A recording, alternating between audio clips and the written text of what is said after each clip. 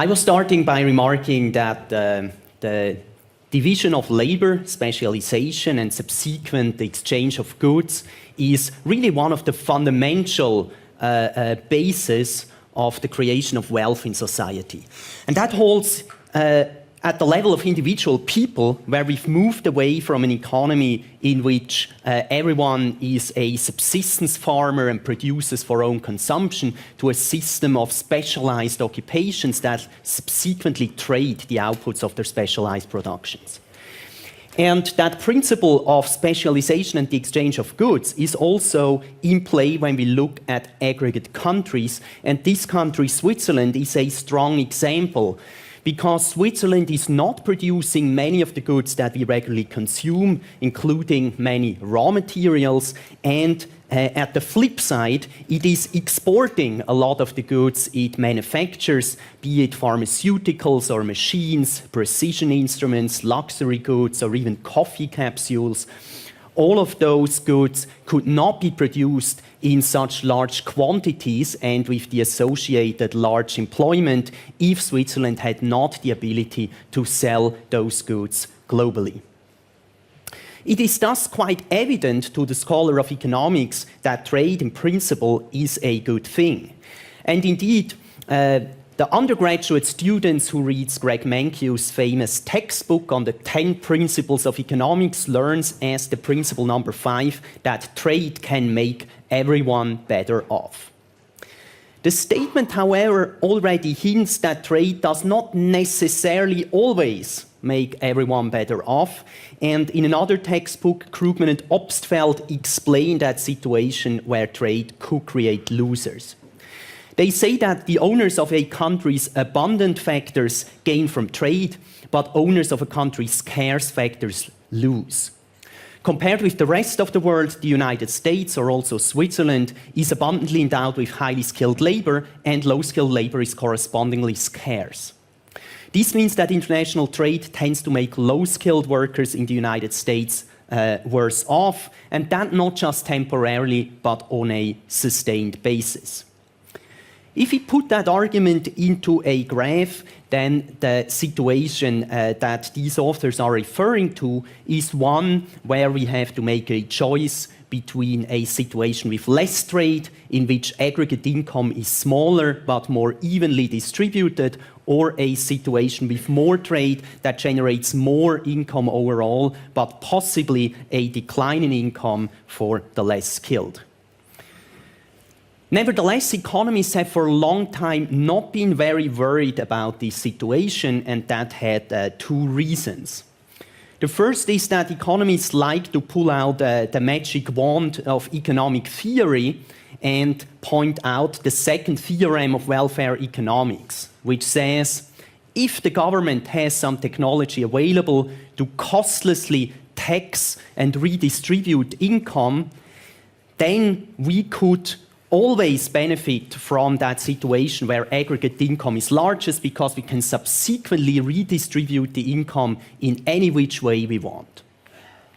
That has some real-world problems because we don't have that distortion-free taxation system.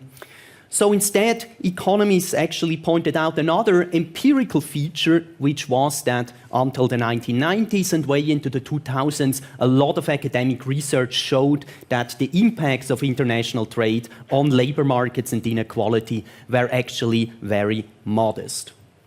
But as the profession coincided on that view that trade really does not have much of an impact on labor markets, the underlying patterns of trade themselves underwent a monumental change.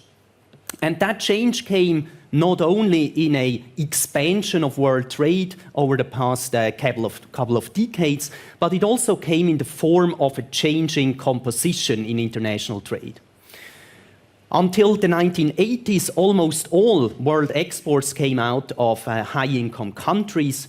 Trade occurred mostly by exchanging goods between similar countries, like Germany trading with France or the United States trading with Canada. It is a much more recent phenomenon that we see a rapidly rising share of exports coming out of low-income and low-wage countries, and there is actually a single country that accounts for the majority of that shift, and that is China. China, as we heard already in the first lecture this morning, started to institute market-oriented reforms during the 1980s. In the 1990s, these took up speed and led to a rapid opening of that country to international trade. And as a consequence, China moved from being almost a non-entity in world trade as little as 25 years ago to being the world's largest exporter of manufactured goods. While that was happening, other countries in the West that receive a lot of Chinese imports, such as the United States, experienced a decline in their manufacturing employment, which in the US, for instance, dropped from about 18 million jobs around the year 2000 to 12 million by the end of that decade. It is tempting to think that the coincidence of these phenomena, Western countries importing more and seeing their own manufacturing employment decline, could embody a causal relationship. Drawing that inference just from aggregate time series data is difficult, but in work with my long-term co-authors, Gordon Hansen and David Otter, we studied how these competition by Chinese imports affects different regions across the United States. The idea here is that the darker shaded parts on this map are more specialized in industries that subsequently face larger competition by China. An example would be Raleigh in North Carolina, a city that has a strong manufacturing base in textile manufacturing, in the production of furniture, in the production of electronics and computers, all of which face heavy Chinese import competition. And that contrasts with other places like Pittsburgh in Pennsylvania that has an equally large manufacturing base but is more specialized in heavy manufacturing and chemicals that is facing less competitive pressure from Chinese imports. When we compare cities like these over time, then we see that the more import-competing cities have experienced differentially large declines in their manufacturing employment.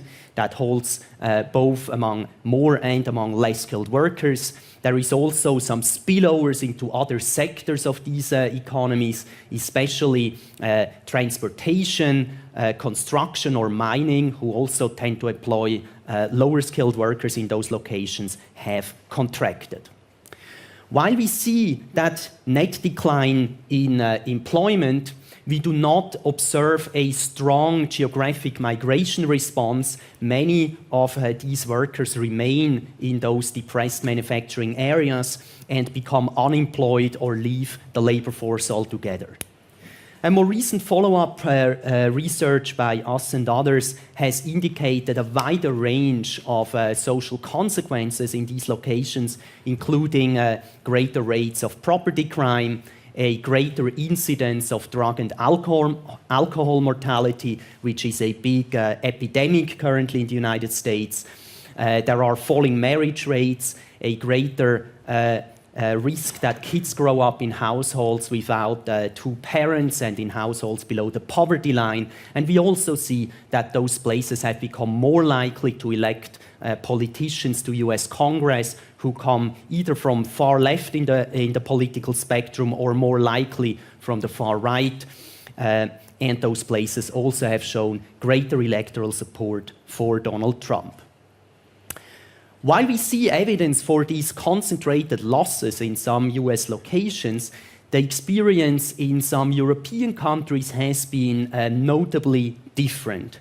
And part of what separates countries is that their overall trade portfolio is quite different from the United States. The US and also the United Kingdom are countries that largely just import from China but have very little exporting activity there. And those are also both countries where manufacturing employment has declined especially strongly. Other countries like Germany or Switzerland have an almost balanced trade relationship with the Chinese, and those countries have been much more successful in using the opening of the East to find new markets for their own goods. As a consequence, when colleagues in Germany replicated that analysis of local labor markets for Germany, what they found is that German regions that are specialized in import-competing industries have seen employment declines that are quantitatively quite similar to those seen in some American cities. But at the same time, Germany is much more abundant in cities that actually benefited from export booms, which created so many jobs that the net job effect for Germany may actually be a positive one. When we now look at survey data on popular opinion facing trade, then that survey data does, to a remarkable extent, reflect some of these patterns. In a big international survey in the year 2011, residents of many countries here ordered by per capita income were asked whether trade is good or at least somewhat good for their country. In most countries, actually all of the countries shown here, a majority of people says that trade is generally good. The agreement with that statement varies, however. You see to the right of the graph, 70% in the US versus 90% in Germany, agreeing with that statement. When it comes to the more specific question, whether trade is not just good overall, but whether trade has actually created jobs in a country, then we see quite strong differences. Here the question is asked in a negative direction, so whether trade has destroyed jobs. And you can see in poorer countries, people don't really think that. In richer countries, agreement with that statement is quite high, reaching 50% in the US or about 25% in Germany. So when we try to take a summary of these findings, then it is important to stress that even if there is evidence on negative consequences of trading, which are quite concentrated in certain locations and for certain demographics, then that does not fundamentally question the notion that free trade is good overall. However, the work that I've done with my colleagues unambiguously shows that trade creates losers as well as winners, and we believe that creating a political environment that remains conducive to free trade will require acknowledging and addressing these adverse consequences. Thank you.